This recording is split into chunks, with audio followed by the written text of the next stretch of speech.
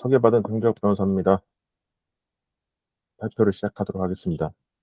오늘 주제가 이제 AI 시대 법률 개혁, 서비스 개혁 방향인데, 그 방향은 간단하게만 말씀을 드리고, 실제 이제 AI 법률 시장에서 현황하고 어떤 것들이 좀 뭐 기술적으로나 법 제도적으로 좀 문제점이라든지 이 접목하는 난관이 있는 것인지, 그리고 사람들이 지금 언론이나 사람들이 생각하는 것만큼 이 AI 시대의 법률 서비스가 엄청나게 변동이 될 것인지, 과연 그러야 할 것인지에 대해서 조금 비판적인 좀 시각으로 제가 좀 정리를 했습니다. 물론 이제 이 여기 있는 경력 중에 제가 변협의 교육이사라는 직책을 한 1년 반 정도 맡아서 했었습니다. 그래서 실제 변호사 협회에서의 그 이제 이 변호사들 교육뿐만 아니라 이제 로스쿨 제도, 그리고 이런 리걸 테크에 대한 대응, 이런 것들도 담당 이사로서 했었고요. 지금 또 이제 서울지방변호사회에서 그 특별위원회가 만들어져 가지고 대응 차원에서 지금 가이드라인 만드는 작업들에 참여를 하고 있습니다. 그래서 아무래도 변호사 협회의 시각이 좀 반영될 수밖에 없는데, 이제 오늘 제 발표는 이제 변호사들의 시각에서 이 AI가 지금 어떤 식으로 어느 단계에 왔다고 인식하고 있는지의 관점을 본다 이렇게 보시면 좀 좋을 것 같습니다. 현황인데요. 현황을 간단히 말씀드리면 지금 엄청나게 많은 서비스들이 이제 AI와 접목시켰다고 지금 많이 홍보도 하고 광고도 하고 있습니다. 뭐 보면 로우 AI 같은 경우는 이제 법무팀에서 법무 관리를 하는 시스템으로서 우리가 이제 AI를 도입하겠다 하는 것도 있고, 최근에 이제 대형 로펌 중에 하나의 이제 대류가주에서 AI 대류가주라는 일종의 챗봇을 만들었습니다. 그래서 거기에 이제 어떤 것들이든 물어보면 우리가 답변을 해주겠다, 인공지능을 통해서 이렇게 해놓게 됐고, 또 엘박스라고 중간에 있는 판례를 모아놓은 사이트입니다. 그러니까 우리가 이제 판례를 다 모아놨는데 당신이 어떠한 사건을 이렇게 입력을 하면 거기에 적합한 판례를 우리가 자동 리서치 해주겠다, 이런 서비스를 내놓기도 하고요. 기타 이제 뭐 AI 비서 챗봇 같은 다른 서비스들도 밑에 이제 로톡으로 유명했던 그 로엔 컴퍼니에서 뭐 슈퍼 뭐 AI 뭐 이런 거 내놓기도 했고, 또 다른 회사에서는 AI 법률 비서 이런 걸 내놓기도 했습니다. 그래서 이런 내용들을 이제 우리가 보면, 신문 기사 찾아보면 뭐 1분 만에 뭐 의견서 뚝딱 썼다, 그리고 뭐 변호사들이 몇십 시간, 세네 시간 걸릴 거를 뭐 금방 했다, 이제 뭐 대변혁이다, 뭐 이런 식으로 많이 이야기를 하거든요. 근데 아직은 그 단계까지는 저는 결론부터 말씀을 오지 못했다라고 생각하고, 그 이유들이 여러 가지 이유들이 있는데요. 그 뒤에서 하나 둘씩 자세히 좀 살펴보도록 하겠습니다. 가장 큰 문제는 hallucination이라고 부르는 이제 잘못된 답을 이야기한다는 거죠. 이제 hallucination이 이제 환각, 환청 뭐 이런 이제 의학적인 용어인데, AI에서 접목이 돼서 이제 AI가 마치 없는 것을 있는 것처럼 이야기를 한다, 그러니까 거짓된 정보를 이야기한다라는 문제를 지금 여전히 가지고 있습니다. 그래서 이게 이제 여러 가지 문제점은 많은데, 그중에서도 좀 중요한 문제점, 틀리면 안 되는 문제점들에서 저는 이제 크게 문제를 다가올 수밖에 없는데요. 그 구글에서도 의료 진단이나 금융 거래와 같은 중요한 결정을 내리는 데 사용되는 AI 시스템이 문제될 수 있다라고 하고 있습니다. 근데 이게 아무래도 법률 쪽도 마찬가지인데, 혹시 집안에 송사가 걸려 본 적이 있으시거나, 아니면 주변에 이제 법률적인 문제로 이제 곤란을 겪고 있는 사람이 있거나, 또는 회사에서 이제 법률적인 어떤 의견을 받고 의사결정을 내릴 경우에, 이 법률이라는 것은 저는 이제 그 경영학과 있다가 넘어와서 그런지 몰라도, 법률이란 거는 어쨌든 정답이 대부분 있는 문제에 대해서 잘 정리해서 전달하는 역할, 잘 분석해서 전달하는 역할이라고 생각이 되는데, 그렇다면 그 정답을 이야기해야 되는 사람이 정답을 이야기하지 못했을 때에 오는 문제점들은 상당히 클 수밖에 없다라고 생각이 됩니다. 예를 들면 경영 컨설팅만 하더라도 회사가 어떤 방향으로 나아갈 것인지, 과연 정답이 있는 것인지에 대해서는 의문이 있을 수밖에 없거든요. 뭐 확률적으로 어떤 기업이 A 뭐 마케팅 방안을 하는 게 좋을 것인지, B를 하는 게 좋을 건지, C를 하는 게 좋을 것인지, 그게 확률적으로 어떤 것이 좋다고 분석은 가능하겠지만 A가 정답이다, B가 정답이다, C가 정답이라는 것은 좀 존재하기 힘들겠지만, 법률적으로 이러한 사안에서는 어떠한 법률이 적용되는지에 대해서는 정답이 대부분 있습니다. 근데 그 정답을 제대로 내놓지 못한다면 잘못된 의사결정을 할 수밖에 없는 것이죠. 또 그리고 그런 의사결정 자체가 매우 중요하다. 예를 들면 의료도 마찬가지겠죠. 잘못 진단해서 그 사람이 예를 들면 췌장암이 걸렸는데 그거를 잘못 생각해서 위암으로 판명을 해서 위암 수술한다고 한다면 실제로는 그 결과가 크기 때문에, 악영향이 크기 때문에 쉽게 AI를 사용할 수 없을 겁니다. 근데 이 AI 할루시네이션이 그런 관점에서 본다면 이 밑에 나오는 1분 만에 의견 소원을 완성한다, 법적인 흔든다, 그리고 1,000장짜리 판결문 AI가 단순히 주장 요약한다라는 것이 과연 의미가 있는 행위일 것인지에 대해서는 진짜 사례를 보면 문제가 있다는 걸 알 수가 있습니다. 제가 이제 간단하게 좀 설명을, 뭐 법률 하시는 분들은 사실 큰 의미가 없고 법률 안 하시는 분들도 우리가 법률가들이 뭐 하나, 뭐 어떤 것들을 하나라는 그런 구조를 조금 말씀을 드릴 건데요. 그래야지만 이제 AI가 어떤 식으로 문제점이 생기는 것인지 알 수 있으니까. 그러니까 대표적인 뭐 추리 논법, 우리가 이제 어떤 사람이 논리적 사고를 한다, 논리적인 결과를 도출한다 했을 때 뭐 가장 기본적으로 생각할 수 있는 게 3단 논법이죠. 대전제, 소전제, 결론. 모든 사람 죽는다, 대전제.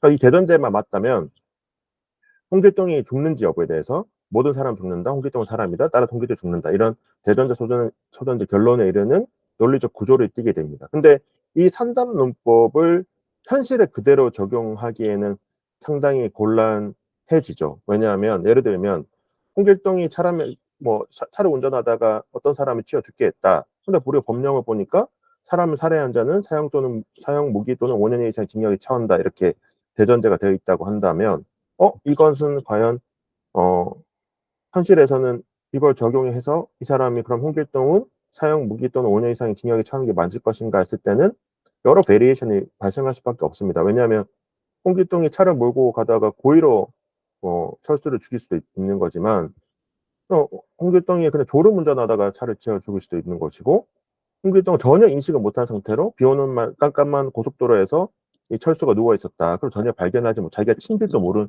상황에서 이 사람을 차로 치해 죽게 했다면 과연 이러한 경우에도 형법상 살인죄로 우리가 처벌할 것인가 했을 때는 그렇진 않다는 거죠. 그래서 이제 이거를 조금 변형된 형태로 제가 로스쿨 가면 미국, 한국 로스쿨에서 가르치는지 모르겠는데 미국 로스쿨에서는 이걸 가르치고 한국 로펌에서도 이제 이거를 가르치게 됩니다. 이게 소위 이라크 기법이라 해서 issue, rule, analysis, conclusion에 이르는 단계까지 로 분석을 하게 되는 것이죠.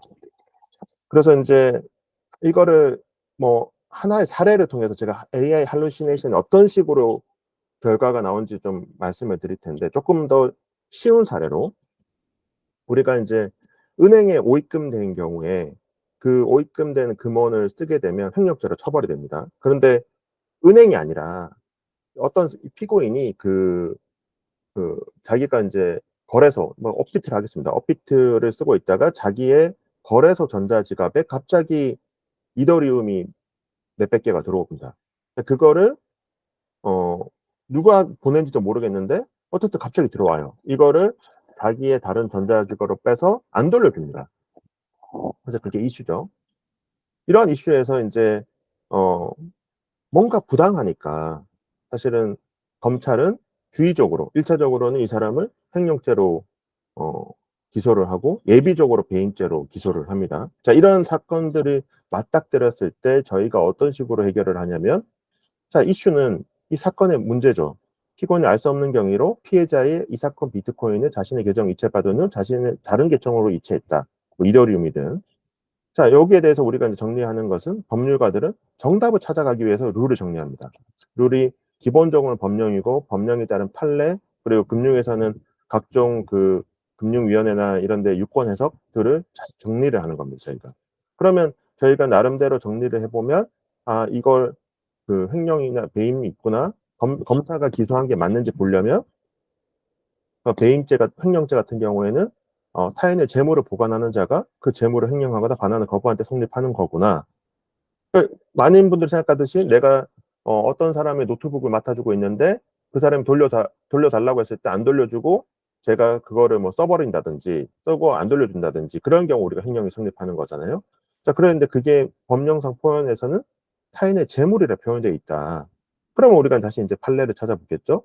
요 재물이 뭔가 했을 때는 그 재물은 우리 대법원이 보기에는 관리 가능한 동력을 포함한 재물이다. 근데 여기서 뭐냐 하면 기본적으로 유체물, 만질 수 있는 거, 그리고 물질성을 가진 동력이다. 두 가지로 보고 있습니다. 그러면 정보는 유체물이 아니잖아요. 그러면 우리가 유체물이라면 뭐 노트북, 자동차, 뭐 부동산 이런 것들은 뭐 유체물에 볼 수 있겠지만 물 그게 아닌 뭐 컴퓨터에 저장되어 있는 그림 파일 또는 음악 파일 이런 것들은 유체물에 해당하지 않습니다. 그래서 그건 재물이 아닌 것이죠. 그러면 이제 이렇게 우리가 정리를 해서 사안에 적용을 하는 겁니다. 그러니까 비트코인은 어떤가? 비트코인은 우리가 분산 원장에 기록되어 있는 전자 기록에 불과하잖아요. 그럼 유체물이 아니다. 디지털 전자 정보에 불과하다. 그러면 이거에 대해서는 당연히 재물이 아니니까 횡령죄의 객체인 재물로 볼 수 없다. 결과는 공소 사실은 무죄로 판단된다. 이렇게 이제 구조가 됩니다. 실제 우리가 판례도 보면 무죄 부분에 돼 있어서 주의적 공소 사실이 오지. 더 복잡하죠. 피고인이 뭐 어떤 이야기를 하는데 쉽게 말하면 피고인은 가상화폐 거래소 B의 계정을 보유하고 있는 사람이고 피의자 C는 다른 거래소 계정에 200 이더리움을 보유하고 있던 사람인데 피고인은 알 수 없는 경위로 피해자 거래소 지갑에 들어있던 뭐 200 이더리움 가까이가 자기의 계정으로 이체받아서 보관하게 됐는데 그걸 뭐 대출 갚는 데 쓰고 유흥비로 쓰고 심지어 이제 그 거래소 법무팀으로부터 그거 반환하세요 했는데도 반환 안 하고 이를 거부해서 나머지 190 남은 것들도 자기가 다 가지게 됐다라는 거예요. 그러니까 여기에 대해서 이제 검사는 뭔가 부당하니까 기소를 한 건데 제가 요거 익명화한 거 말고는 고친 게 하나도 없습니다. 그러면 이제 법원에서는 자 이게 이슈다. 1번. 2번 관련 법리 우리가 횡령 검찰이 횡령죄 성립한다고 하는데 우리가 보겠다 관련 법리 횡령죄는 어떤 경우 성립하냐? 타인의 재물을 안 돌려주는 경우에 성립한다. 근데 여기서 재물은 어, 유체물이 기본적으로 유체물이고 물론 유체물이 한정되지 아니하고 관리할 수 있는 동력도 재물로 간주된다. 근데 여기서 관리하는 거는 물리적, 물질적 관리를 가르친다. 예를 들면 기본적으로 전기 뭐 이런 걸 말하는 거거든요. 근데 관리 가능한 채권이라든지 권리 등은 재물에 포함된다고 해석할 수 없다라고 이제 나름대로 정리를 합니다. 그리고 어플리케이션 판단을 하게 되죠. 그런 판단하게 되면 코인은 물리적 실체가 없으니까 유체물에 해당하지 않는다. 그리고 관리할 수 있는 동력도 아니다. 이런 식으로 판단을 해서 결론은 무죄를 선고한다까지 이루어지게 됩니다. 자, 이러한 우리가 이제 그 구조를 띠게 되는데요. 그렇다면 이제 여기서 우리가 볼 수 있는 것은 이러한 대부분의 뭐 거의 대부분 판결이 이런 구조를 띠게 됩니다. 이슈를 어널리시스, 컨클루전의 이런 과정을 이루게 되고 이게 뭐 어떻게 보면 법률 문서 작성이 가장 기본적이라는 거 볼 수 있는 것인데 그렇다면 여기에서 저희가 봐야 될 것은 룰에 대해서 저희가 1년차 때는 1년차, 2년차, 4년차 때는 어떠한 룰을 리서치할 것인가 중요하고 그다음에 5년차 변호사부터는 어플리케이션 여기에 대해서 실제 사안에 적용하는 게 중요합니다. 근데 가장 중요한 건 뭘까 생각해 보면 어떠한 이슈가 발생했을 때 여기에 적합한 룰, 그러니까 룰이라 하면 법령, 판례, 해석 등을 잘 찾아서 리서치해서 넣는 건데 여기에 대해서 거짓된 정보가 들어가거나 잘못된 정보가 들어갈 경우에는 당연히 밑에 이제 적용이나 결론 부분 또 문제가 생기게 됩니다. 근데 똑같은 사안에 대해서 제가 챗 GPT한테 한번 물어봤습니다. 그대로. 자, 요거 그대로 긁어가지고 검사가 공소 사실 한 거 그대로 긁어서 제가 이렇게 여쭤봤습니다. 여쭤보니까 대답을 하죠. 막 한국 법무 막 고민하더니 절도죄 횡령죄 가능성이 있다고 해요. 절도죄는 타인의 재물을 여취하는 범죄다. 절도죄 성립 가능성이 있다 하잖아요. 횡령죄 가능성도 있다고 그래요. 사기죄, 배임죄 가능성도 있다고 그래요. 뭐 다른 법률도 뭐 처벌받을 가능성이 있다는데 중요한 걸 보면 피고인은 한국 법령에 따라 절도죄 또는 횡령죄 처벌받을 가능성이 높습니다라고 하고 있고 피해 금액이 큰 경우에는 특가법상 처벌받을 수 있다 이렇게 돼 있어요. 그래서 제가 이거 아니지 않나? 아까 보시면 우리 대법원은 쟤는 결론을 알고 있으니까 아니지 않나라고 해서 다시 물어봅니다. 제가 가상화폐가 한국 형법상 재물에 해당하지 맞나요? 대법원 판례도 그렇게 보나요? 라고 하면 다시 찾아봅니다. 다시 찾아봐서 형법상 재물에 해당하지 않는다는 대법원 판례가 존재합니다. 이야기해서 가상화폐는 재물이 아니고 대신 재산상 이익으로 다뤄야 한다 입장입니다.라고 해서 갑자기 이제 입장을 바꿉니다. 그래서 가상화폐를 무단으로 이전한 행위는 재물에 대한 절도죄가 아닌 재산상 이익에 관한 범죄로 처벌될 수 있습니다.라고 하고 사기죄나 횡령죄에서 재산상 이익이라는 개념을 적용하는 방식으로 이어집니다. 라고 이야기를 하고 있어요. 재물은 아니지만 재산상 이익으로 간주되기 때문에 여전히 사기죄나 횡령죄로 처벌이 가능하다라고 하고 있어요. 근데 사기죄는 재물 또는 재산상 이익에 우리가 법률적으로 포함되지만 횡령죄는 재산상 이익 횡령죄는 우리나라에서 성립하지 않습니다. 그래서 제가 다시 한번 물어봅니다. 자, 위와 같은 판단에 따라서 피고인이 형사처벌됐을지 다시 확인해달라라고 하면 횡령죄 요건을 성립한다. 왜? 재산상 이익을 불법으로 처분한 것이기 때문에 이렇게 결론을 하고 있죠. 횡령죄 성립한다. 사기죄 성립한다. 재산상 이익에 관한 죄 이런 게 성립할 수 있다. 결론적으로는 보면 재물로 인정되지 않더라도 피고인의 행위는 재산상 이익에 대한 횡령죄로 형사처벌될 수 있습니다라고 하고 있어요. 다시 제가 물어봅니다. 횡령죄는 재물에 대해서만 적용되는 것이 아닌가요? 라고 물어보면 맞습니다라고 하면서 두 가지 응답을 내놓습니다. 그 응답 내용을 보면 첫 번째 응답은 횡령죄는 성립이 어렵고 대신 사기죄나 배임죄가 적용될 수 있다. 두 번째 응답도 그 가상화폐가 한국산 재물에 해당하지 않는 대법원 판례에 있는 상황에서는 횡령죄가 성립하지 않고 대신 재산상 이익에 관한 걸로 처벌될 수 있다. 예를 들면 배임죄 같은 경우가 처벌될 수 있다라고 하고 있습니다. 드디어 이제 응답 1, 응답 2도 저희가 변호사들이 보기에는 틀린 답변이 아닙니다. 드디어 나온 거죠. 자, 그러면 지금까지 오는 과정을 보면 이거를 자, 요 사안을 넣고 어떤 사람이 예를 들어 제가 피고인이라 생각해 피고인인데 내가 너무 처벌받을지 궁금해가지고 챗 GPT한테 물어봤다라고 했을 때 그냥 처음에 이렇게 답변했을 때 여기서 뭐가 틀린 거고 뭐가 아닌 거고 그거를 판단하는 능력이 있을까요? 저는 쉽지 않다라고 생각해냅니다. 한 번 더 예를 들면 한 번 더 내가 그래도 어디 들어본 게 있어서 가상화폐가 형법상 재물에 해당하는 것이 맞나요? 대법원 판례도 그렇게 보나요? 라고 했을 때 재물은 아닌데 우리나라에서는 보면 재산상 이익에 관한 횡령죄 성립해. 그래서 너 횡령죄 처벌될 수 있어. 라고 했을 때 그것도 다시 아니라고 물어봐야 되는 거. 그러면 내가 결론을 다 아는 상태에서 물어봐야지만 결국에는 확실한 해답이 나오는 구조로 현재는 되어 있다는 것이죠. 근데 이거는 변호사들이 내가 잘 아는 분야에서 결론을 어느 정도 알고 있으면 이렇게 계속 물어보면서 고쳐가면서 원하는 응답을 얻을 수가 있겠지만 일반적인 이 단계까지 오는 게 너무나도 어렵다는 것이죠. 여기에 대해서 이제 제가 모 로펌에서 내놓은 어 이제 AI 서비스에서 똑같이 또 여쭤봤습니다. 근데 그러면 밑에는 갑자기 컴퓨터 등 사용 사기죄가 나와요. 피고인은 권한 없이 정보를 입력 변경하여 재산상 이익을 취득하였으므로 사실 아니죠. 자기는 거래소에서 뭐 가만히 있고 오입금 된 건데 자기가 뭔가 입력한 적이 없잖아요. 그리고 그래서 뭐 주로 이야기를 하고 가상화폐 범죄는 기술적 특성상 추적이 어렵고 국제적인 범위에서 발생하기 때문에 수사 처벌이 어려울 수 있다. 해당 사안에서도 피고인과 피해자 국정 가상화폐 거래 소재에 따라 법적 문제가 복잡할 수 있다. 정확한 법률적 판단에 위해서는 변호사 상담을 추천드립니다. 라고 정도로 하고 있어요. 이것도 정확한 답변은 아닌데 위에 거는. 그러니까 밑에 게 없으면 안 되겠죠. 변호사 상담을 추천드립니다. 라는 게 없다면 문제가 커지겠죠. 컴퓨터도 사용 사기죄 처벌되나요? 이렇게 되니까.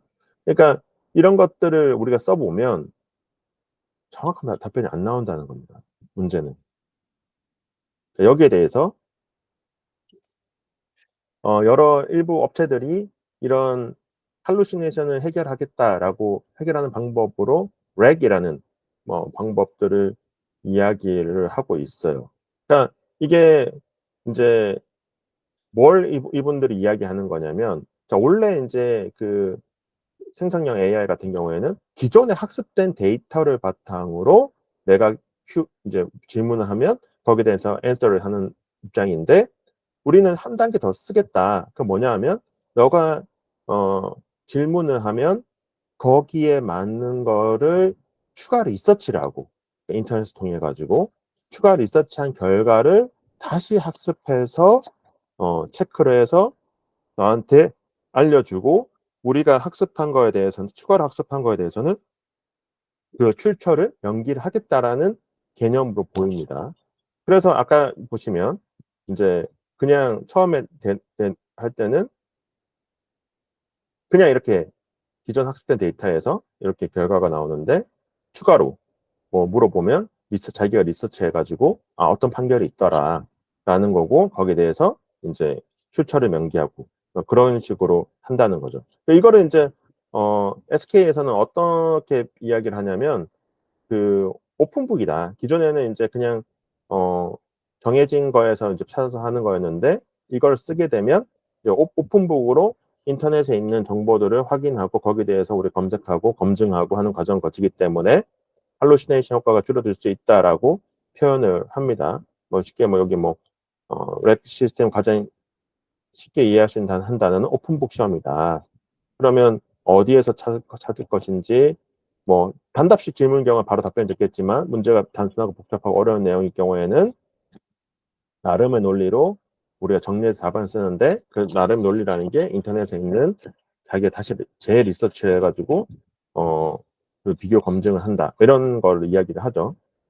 그런데 여기에 대해서 이제 한국어로는 검색 증강 생성, 검색 증강 생성 이런 식으로 이야기하긴 하는데, 그래서 이제 많은 업체들에서는 이렇게 표현합니다. 이게 어 허위 정보 제공하는 거, 그리고 뭔가 신뢰할 수 없는 출처로부터 응답 생성하는 거, 이런 것들을 좀 해소할 수 있는 방안이다라고 설명하고 홍보하고 광고를 하고 있는데요.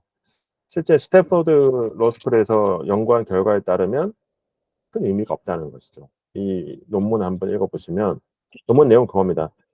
그러니까 너가 렉이라는 시스템을 쓰는 것이 할루시네이션을 해결하는 데 큰 도움이 됐냐 해서 했을 때는, 첫 번째는 아닌 것 같다. 여전히 여기 보면 렉시스, 웨스트로, 샤클러, 그다음에 GPT-4 이런 거 보면 여전히 할루시네이션 효과가 많이 발생하는데, 물론 너네들이 기존에 있는 GPT-4 이런 거에 비해서 할루시네이션 효과를 많이 줄이긴 했지만 여전히 얘네들도 한 30% 정도의 오류가 있는 것 같더라. 그래서 대표적으로 미국 법, 제가 방금 분석한 것처럼 미국의 법에 우리가 질문했더니 갑자기 없는 걸 답변하고 틀린 거 답변하고 어, 다 체크를 해놓은 거거든요. 웨스트로도 그렇고, 프랙티컬로도 그렇고, 렉시스도 그렇고, GPT-4도 그렇고, 다 없는 것들을 이야기하더라라는 내용이에요. 그래서 이걸 요약하게 되면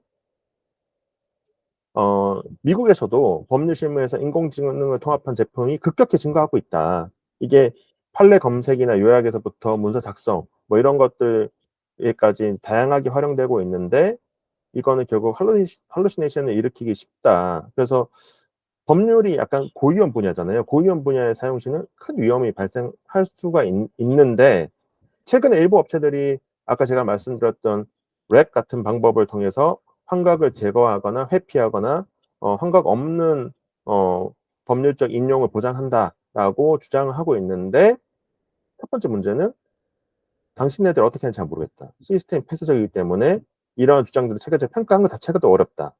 그리고 우리가 실제 데이터를 넣고 경험적 평가를 설계해서 해보니까 일반 GPT-4 대화형 AI에 비교했을 때는 환각을 줄였지만, 여전히 렉시스나 톰슨 로이터가 운영하는 웨스트로나 이런 데에서도 여전히 상당 부분 환각을 일으킨다는 걸 발견할 수 있었다라고 정리를 하고 있습니다. 이게 최신 논문이거든요. 그래서 미국에서도 이 할루시네이션 문제가 상당히 이제 심각하고 문제가 있다고 느끼고 있고, 이게 렉이라는 새로운 방법을 쓴다고 하더라도 해소가 되지 않는다라는 해외 연구 사례들도 지금 보고가 되고 있습니다. 자, 두 번째는 기술적 문제가 데이터 확보의 가능성이 또 문제가 됩니다. 그러니까 기본적으로 이렇게 우리가 정리를 하려면 룰이 뭔지 파악을 해야 되는 것이고, 그러니까 예를 들면 우리가 법률에 대한 의견을 물으려면 이 룰에 대한 정보가 되게 중요할 거고요. 그리고 내가 어떠한 나에 맞는 변호사를 찾아달라고 하게 되면 변호사에 대한 정보가 중요하겠죠. 그 데이터를 결국에는 확인해서 정리해서 거기에 대해서 뭐 이제 그 방식이 어떻게 됐든 그걸 데이터를 바탕으로 학습권에서 거기에 합리적인 결과를 도출하는 거니까, 그렇다면 우리가 이제 판례라든지 변호사 정보라든지 이런 데이터들이 신뢰할 수 있는 데이터가 많이 확보가 되어야 되는데, 데이터 확보의 문제도 여전히 있습니다. 왜 그러냐? 첫 번째는 판례 관련입니다. 한국에서. 그러니까 판결문이 전면 공개된 지가 얼마 안 됐습니다. 그러니까 2013년에 대법원이 시작을 해서 불과 이제 이게 전체적으로 공개되기 시작한 게 10년여의 일입니다. 10년 정도밖에 안 됐습니다, 이게. 근데 이제 이게 다 공개가 되고 있느냐? 점차 이제 대법원 판결부터 시작해서 이제 점차 일반 민사, 형사 이런 것도 또 이제 확대가 되고 있긴 한데, 여전히 모든 판결이 다 공개되고 있느냐 했을 때는 그건 아니고, 한 퍼센테이지를 보면 한 40% 내외 정도만 공개가 되고 있다라는 겁니다. 그리고 이게 이제 확정된 판결문을 대상으로 했을 때 그런 것이고, 미확정 판결문, 아직 확정되지 않은 판결문, 소액 사건 판결문, 그리고 뭐 예를 들면 상고 이유서 내야 되는데 제출 안 해서 그냥 기각된 거, 그리고 대부분 심리 불속기 기각인데 심리를 안 한 거, 뭐 이런 것들 여러 가지 이제 사유가 있는 사건들은 검색 열람 대상에서 빠져 있습니다. 그러면 이제 우리는 일종의 이제 블라인드가 된 거죠. 확정된 판결만 보는 거지 확정 안 된 판결문은 못 보는 상태인 것이고, 자, 이걸 보는 방법도 어 물론 이제 그 법제처의 법령정보나 대법원에서 이제 이거를 기본적으로 대법원 판결이나 중요한 민사 형사 판결을 공개하고 있습니다만, 그게 아닌 하급식 판결은 건당 1,000원을 내고 사야 됩니다. 판결 번호를 내가 아는 상태에서. 그래서 실제 이제 그 로엠비나 이런 데서도 이 판결문을 사는 거 활동을 했으면 돈을 들여가지고, 그러니까 사건 번호만 알려줘, 당신 했던 사건 판결문 우리한테 좀 알려줘 하면 이제 이 업체들에서 대법원에 판결문 한 건당 1,000원을 내고 사오는 작업을, DB 확보 작업을 실제로 했었습니다. 근데 그래도 여전히 아직 전면 공개는 안 돼 있다라는 것이죠. 더 심각한 문제는 형사 사건 같은 경우에는 기본적으로 전자소송이 지금 도입이 안 되어 있습니다. 그러니까 판결문은 이제 지금 온라인에 공개되는 건 또 있긴 있지만, 기본적으로 형사 사건의 그 전체적인 수사 단계에서부터 그런 기록들이 전자소송이 지금 안 돼 있습니다. 그러니까 전자화가 안 돼 있다는 거죠. 데이터를 법원에서도 전자적인 방식으로 관리를 못하고 있다는 건데요. 이게 이제 내년에 돼서 이제 바뀔 예정입니다. 관련 법과 시행령에 따라서 2025년 6월 9일부터 비로소 형사 사건에 대해서 전자소송이 진행이 되는 거죠. 이 전자소송이 꼭 진행될 거면 데이터값이 확보되느냐 했을 때는 너무 당연하죠. 왜냐하면 종이 기록으로 되어 있는 것들에 대해서 우리가 어떤 식으로 데이터를 학습할 수 있게 할 것인가 했을 때 불가능하거든요. 그러니까 이게 기본적으로 전자적인 정보로 데이터로 전환이 돼야 되는데, 실제 저희가 지금 형사사건 같은 경우에는 다 예를 들면 수사가 끝나서 검사가 기소를 하면 검사가 법원에 제출한 증거 기록을 저희가 직접 열람 등사를 하러 가서 복사기에 열람 등사를 하고, 그거를 그냥 다시 저희가 스캔본을 관리하는 건 저희 법무법인의 그냥 입장인 것이고, 실제 모든 서류들은 다 종이 형태로 제출받고 있습니다. 이게 내년에야 비로소 바뀐다는 것이죠. 자, 변호사 정보 같은 경우에도 문제가 있습니다. 변호사 정보. 그러니까 변호사 우리가 생각했을 때는 내가 여러 법률 AI 서비스 중에서도 법률 문서 작성하는 것뿐만 아니라 나한테 적합한 변호사 찾아주는 것도 있을 것인데, 그럼 적합한 정보를 찾아주려면 그 변호사가 어떠한 백그라운드를 갖고 있는 것인지, 그리고 어떤 사건을 했던 것인지, 어떤 학교를 나왔던 것인지, 아니면 어디에 근무를 했던 것인지, 그런 정보들을 우리가 알 수가 있어야 되겠죠. 그 정보들이 정확해야 되고, 그 정보를 바탕으로 당신한테 자연히 적합한 변호사는 어떤 변호사입니다라는 거를 지정을 할 수 있어야 될 것인데, 이런 비슷한 시도가 과거에 있었습니다. 2007년 정도에 있었는데, 로마켓이라는 사이트를 운영하던 사람이 인맥 지수를 산출해서 그 인맥 지수를 막 공개를 했어요.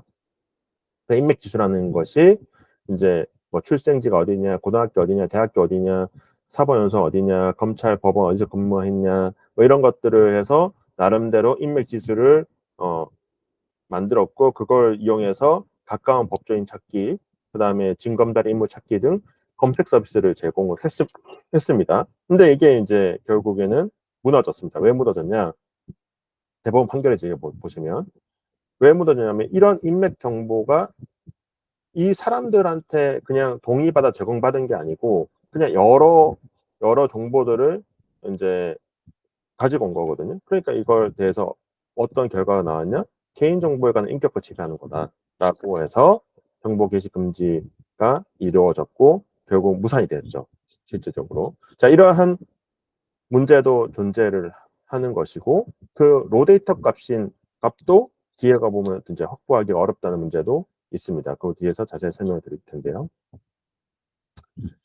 왜 그러냐? 왜 로데이터 값을 확보하기 힘드냐? 그러니까 자, 이거는 이제 로마켓 사건은 이렇게 해서는 안 된다는 거고, 그러면 변호사 다 동의받아가지고 개인 정보가 어떻게 활용되는지 지금은 이제 인식들이 다 있겠죠.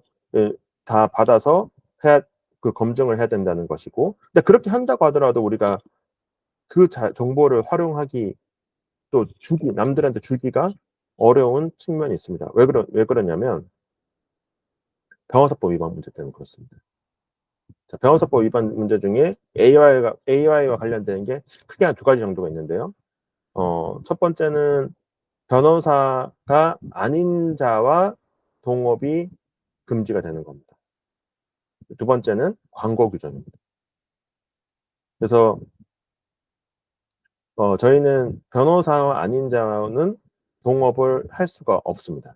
그래서 뭐 예를 들면 주식회사가 법률 사무를 제공하는 것도 안 되고, 그 주식회사를 통해서 당연히 하는 것도 안 되고, 내가 뭐 다른 사람이 또 변호사한테 변호사 이 사건을 알선해주고 그거에 대해서 이제 일정한 비용을 받아가는 것도 되지가 않습니다. 자, 두 번째는 변호사 광고가 문제가 됩니다. 변호사 광고가 문제가 되는데, 법상에서도 이렇게 빡빡하게 들어가 있습니다. 예를 들면 변호사 업무에 관한 거짓 내용 말하지 마라. 객관적 사실을 과장하거나 사실을 일부 누락하지 마라. 뭐 이건 너무 당연하죠. 근데 어떤 것들이 문제가 되냐 하면, 소비자에게 업무 수행 결과에 대해서 부당한 기대를 가지도록 하는 내용의 광고를 하지 마라라고 하고 있습니다. 근데 변호사 광고 업무 규정이라고 여기 밑에 보시면 광고심사위원회 운영과 그 밖의 광고에 필요한 사항을 대한 변호사가 정한다 되어 있는데, 소비자에게 업무 수행 결과에 대해서 부당한 기대를 가지도록 하는 내용의 광고 중에 핵심이 뭐냐면 승소율과 석방률을 표시하지 말라는 겁니다. 당신의 승소율이 얼마인지, 당신의 실제 구속영장 기각이 얼마나 되는지를 표시를 하지 말라는 겁니다. 왜? 지금까지 당신의 승소율이 뭐 70%든 석방률이 몇십 프로든 이 사람한테 몇십 프로 된다는 보장이 없기 때문에 그런 내용들을 하게 되면 안 된다는 것이죠. 그리고 다른 변호사 등을 비방하거나 자신의 입장에서 비교하는 내용의 광고를 하지 말라라는 겁니다. 그러면 이거에 대해서 세분화하면 변호사 광고 업무 규정에 뭐라고 되어 있냐면, 그 자기가 수행했던 사건을 홍보해서는 안 됩니다.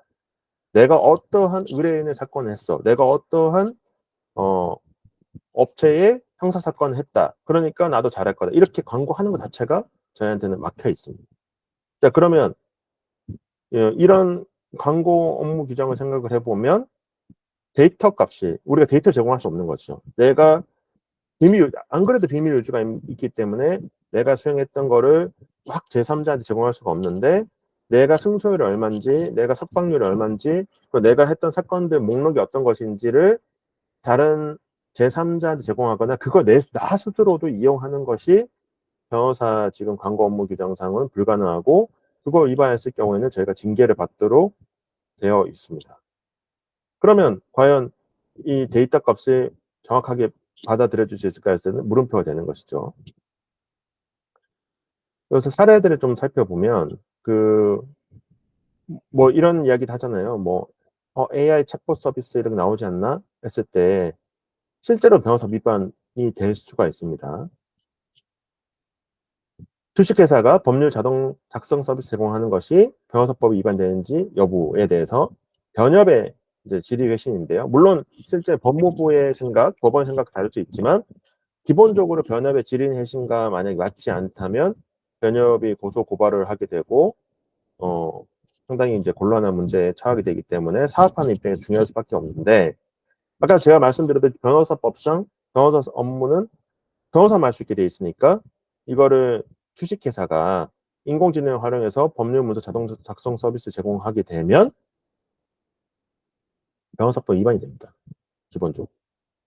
특정 법률 회사의 법률 문서 자동 작성 서비스 제공 업무는 법률 관계 문서 작성, 그 밖에 법률 사무를 취급한 것으로 그 대가를 이용자로부터 금품 수령하는 행위는 변호사법을 적용해 처벌할 수 있다라고 되어 있죠. 그러면 여기에 대해서 이 주식회사에 대해서 뭔가 소개를 해주거나 주식회사한테 고객을 유치하게 해주거나 또는 법무법인과 이 주식회사가 제휴를 하게 돼가지고 우리는 이런 서비스를 쓴다라고 하게 되는 경우 이제 변호사가 변호사 아닌 자와 동업을 한 걸로 취급돼서 형사처벌이 될 수가 있는 것이고 그리고 뭐 예를 들면 우리 이 주식회사 서비스 이용료가 다른 그냥 변호사들 써가지고 내용 중에 쓰는 것보다 우리 시스템 쓰는 게 플랫폼 쓰는 게 더 싸다라고 명시적 광고하는 행위는 변호사 광고 업무 규정에 위반될 수가 있는 것이죠. 뒤에도 보면 뭐 법무법인이 법률사무소 법무법인 법무법 위반 법무조합 이런 아닌 회사가 주식회사가 이제 법률 자동 문서 작성 서비스를 제공하는 대가로 금품 이용 받아서는 안 된다라고 하고 있는 것이고요. 또 하나 저희가 또 이거는 이제 변호사들에 대한 뭐 일종의 옥죄기인데요. 법무법인은 다른 업과 겸업이 안 되고 겸직을 하기가 어렵습니다. 그래서 겸직을 그러니까 내 자연 자체가 겸직하려면 변협의 겸직 허가를 받아야 되고 그 변호사 로펌 같은 경우에도 막 부동산 투자를 업을 하거나 이렇게 업을 하기도 상당히 쉽지 않은 회사입니다. 이게 제한되는데 그렇기 때문에 이제 어떤 변호사가 그냥 단순히 어떤 이제 뭐 어떤 회사에 이제 내가 사내 이사로 가서 그 회사의 법률적인 거를 내가 사내 이사의 지위로서 처리하겠다. 실제 사내 변호사죠. 그거는 괜찮은데 그게 아니라 내가 실질적으로는 거기에 대표로 가서 그 주식회사를 통해 가지고 법률 사무를 제공하겠다라고 하게 되면 그거는 변호사법 위반된다는 그런 내용들입니다. 왜냐하면 이 주식회사가 법률 문서 자동 작성 서비스를 제공하려고 하니까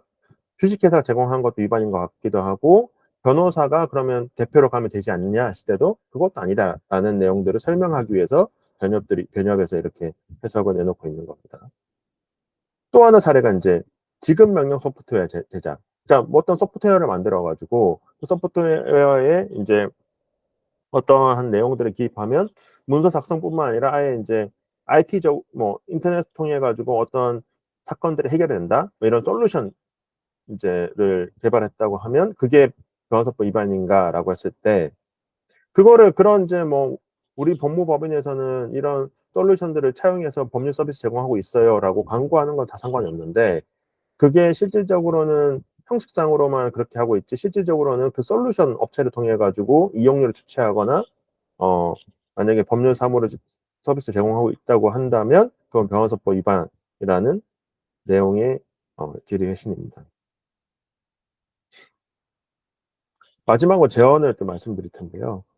그 지금 인제 저희 변호사들이 생각하기에는 아직은 AI가 법률 서비스를 대체한다라는 단계까지는 좀 이르지는 못했고 그 단계보다는 변호사들이 우리의 업무 효율화를 위해서 이제 AI라든지 또는 리걸 테크를 활용하는 단계에 와 있는 정도라고 저희는 생각을 하고 있습니다. 왜냐하면 그 가장 큰 문제가 아까 제가 말씀드렸던 할루시네이션 문제가 가장 큰데요. 우리가 인제 어떤 분들은 그런 이야기들을 하십니다. "AI가 도입됐으니까 법률 서비스도 개혁 혁신이 이루어져야 되는 것이 아닌가."라고 많이 이야기를 하시고, 변호사 협회에 어떻게 보면 이권 챙기다."라고 이야기하시는 분들도 계시고, 그것도 일부 타당한 측면이 있는데요. 우리가 근데 인제 사회 시스템을 설계할 때 변호사라는 제도를 만들었고, 뭐 각종 전문직 제도를 많이 만들었습니다. 의사도 그렇고 회계사도 그렇고. 근데 그 부분들에 대해서는 일정한 교육을 받게 하고, 일정한 검증을 허들을 만들어 가지고 검증된 사람들만 법률 서비스를 제공하도록 하자, 또 의료 서비스 제공하도록 하자라는 취지가 담겨 있는데, 그거는 그 내용들이 어떻게 보면 고위험군이기 때문에 그런 측면도 분명히 있습니다. 그래서 사실은 저도 이제 로스쿨 나왔습니다만, 로스쿨 도입할 때만 하더라도 사시에서 로스쿨 넘어갈 때 많은 비판들이 이루어졌던 지점들도 과연 검증이 제대로 될 것인가의 문제였는데, 지금 AI에도 똑같거든요. AI로 와서 넘어온다고 하면 AI가 내놓은 그런 법률 서비스에 대한 답변, 예를 들면 법률 문서 작성 서비스를 제공한다고 했을 때 그런 문서 작성이 제대로 된 것인지, 또는 그런 법률 얘기가 제대로 될 것인지 검증하는 사람이 없다면, 그리고 그게 지금 단 1%라도 문제가 생긴다고 한다면 거기에 대해서 인제 과연 누가 책임질 것인가 문제가 상당히 크기 때문에, 법률 AI가 현재 막 널리 활용되는 것이 좋으냐 했을 때는 좋지 않은 결과가 초래될 수도 있다. 왜냐하면 우리가 그동안 몇십 년 동안 쌓아왔던 이런 법률 서비스 또는 법조 직역에 대한 시스템의 문제를 훼손할 수가 있기 때문에, 그 훼손하는 것이 다 국민들의 좋냐 했을 때 편의성을 제공할 수 있겠지만, 다른 한편으로 봤을 때는 잘못된 의견으로 인해서 잘못된 의사결정을 할 수 있는 문제점들이 존재를 한다는 겁니다. 그래서 지금은 오히려 지금 어 제 생각도 그렇고 저희 변협이나 협회 단체도 그렇고, 오히려 중요한 것은 변호사들이 인제 이런 AI 서비스들을 제대로 활용할 수 있는 가이드라인을 만들고, 일반인들 하여금은 인제 너무 맹신하지 않도록 그 결과들을 이야기하는 것이 중요하지 않을까라고 저희는 생각을 하고 있습니다. 그리고 마지막으로는 또 인제 뒤에 봤듯이 지금 변호사법이나 변호사 업무 광고 규정들이 상당히 빡빡하게 되어 있습니다. 제가 했던 사건을 홍보하는 거, 또 했던 데이터 값을 저희가 조합해 가지고 광고하는 거, 이런 것들도 안 되기 때문에 실질적으로 과연 이 AI가 학습할 수 있는 양질의 데이터가 지금 확보되어 있는지도 의문이 있을 수밖에 없는 상황이다라고 말씀을 드리고, 그래서 현재 단계에서는 우리가 인제 AI를 맹신하기보다는 AI가 인제 불러오는 사회적인 변동을 추적을 하면서 그거를 인제 기존에 있는 법률 시스템에 어떻게 잘 차용할 것인지. 근데 그 방향성은 기본적으로는 법률 직역을 훼손하지 않는 범위 내에서 그 기술들을 좀 차용할 수 있는 방향으로 하는 것이 맞지 않을까, 그렇게 생각을 해 봤습니다. 여기까지 하겠습니다. 감사합니다.